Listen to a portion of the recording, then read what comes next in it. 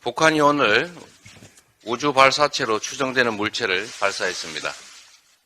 이는 명백한 유엔 결의안 위반이자 한반도의 긴장을 고조시키는 무해한 백해무익한 행동입니다. 강력히 규탄합니다. 정부는 북한의 결의안 준수를 촉구하고 흔들림 없는 안보태세 유지에 만전을 기해야 합니다.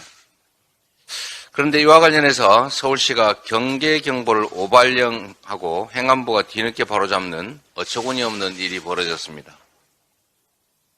이미 북한이 국제기구에 발사 사실을 통지했는데 이 사실을 알았는지 몰랐는지 새벽에 경계경보를 오발령하는 황당한 일이 또 무책임한 무능한 일이 벌어졌습니다.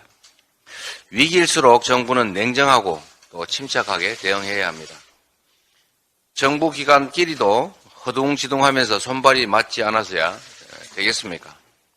국민의 불안과 혼란을 야기할 수 있는 행동을 주의하시기 바랍니다. 민생이 참으로 어렵습니다.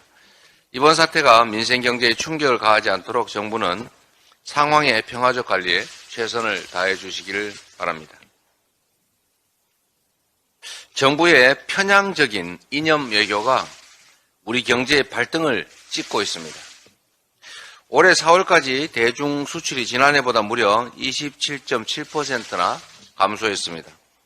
지난 1분기 대중 무역 적자는 이미 80억 달러에 이르렀습니다. 어제 중국 수출 기업들과 간담회를 가졌는데 현장에서 느끼는 위기감은 상상을 초월하는 수준이었습니다. 이대로라면 30년 동안 어렵게 일군 중국 시장을 잃을 수 있다는 우려의 목소리가 매우 높습니다.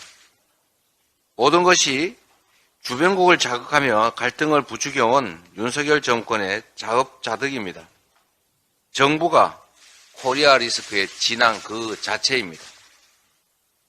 외교의 제1원칙은 누가 뭐라 해도 국익이어야 합니다.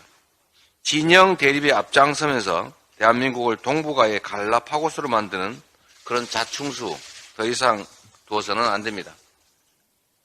주변국들은 철저히 국익에 따라서 행동하고 있습니다.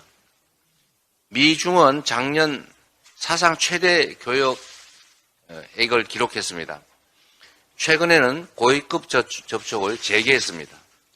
북한과 일본도 교섭 움직임을 보이고 있습니다.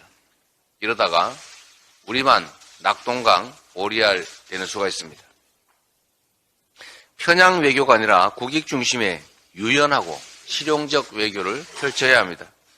이를 위해서 우리 기업의 자유를 침해하는 강대국의 부당한 요구에는 당당하게 대응하고 대중 특사 파견 또한 적극 검토할 때가 되었다고 판단됩니다. 정부의 적극적인 그리고 긍정적인 검토를 당부드립니다. 민생 경제가 추락을 거듭하고 있습니다. 지난 3, 4분기에 이어서 올해 1분기까지 3분기 연속 성장률이 OECD 평균치를 하회했다고 합니다. 양극화와 불평등 또한 악화일로입니다. 소득 상위 20% 그리고 하위 20% 간 소득 격차가 6.45배로 벌어졌습니다. 저소득층 3집 가운데 2집은 이미 적자입니다. 이렇게 벌이가 즉 소득이 줄고 물가가 오르다 보니까 소비가 정체되거나 줄어든 가구가 무려 60%에 달합니다. 지난 1년 정부가 고집한 초부자 특권 정책 그리고 재정 역할의 포기가 이런 상황을 초래했습니다. 앞으로가 더 걱정입니다. 가계부채, 자영업자 부채가 이미 한계점에 달했습니다. 여름철 냉방비 폭탄이 기다리고 있습니다. 현재 정부처럼 그저 감 떨어지기만을 기다리는 태도로는 민생 경제에 재앙적인 상황이 초래될 수가 있습니다. 보다 과감하고 적극적인 정부의 역할, 재정에 책임 있는 역할이 필요한 때입니다. 이를 위한 논의에 당장 착수하자는 제안을 공식적으로 정부에 드립니다. 아무리 좋은 약도 때를 놓치면 무용지물입니다. 민생 고통에 정치가 국민께 답을 드려야 합니다. 정부 여당의 대승적인 결단을 촉구합니다. 이 정말 심각한 문제입니다. 이 정부가 집권 세력의 사적 이익을 위해서 권력 남용을 너무 심각하게 저지르고 있습니다. 윤석열 대통령이 한상혁 방통위원장에 대해서 부당하고 위법적인 위헌적인 면직 조치를 강행했습니다. 노골적인 방송 장악 선언입니다. 민생 경제가 파탄나고 외교 안보가 총체적 위기에 직면했습니다. 이런 위급한 때에 정부는 국가 역량을 방송 장악에 허비하고 있습니다. 그런 욕심의 100분의 1이라도 국정과 민생에 쏟아주기 바랍니다.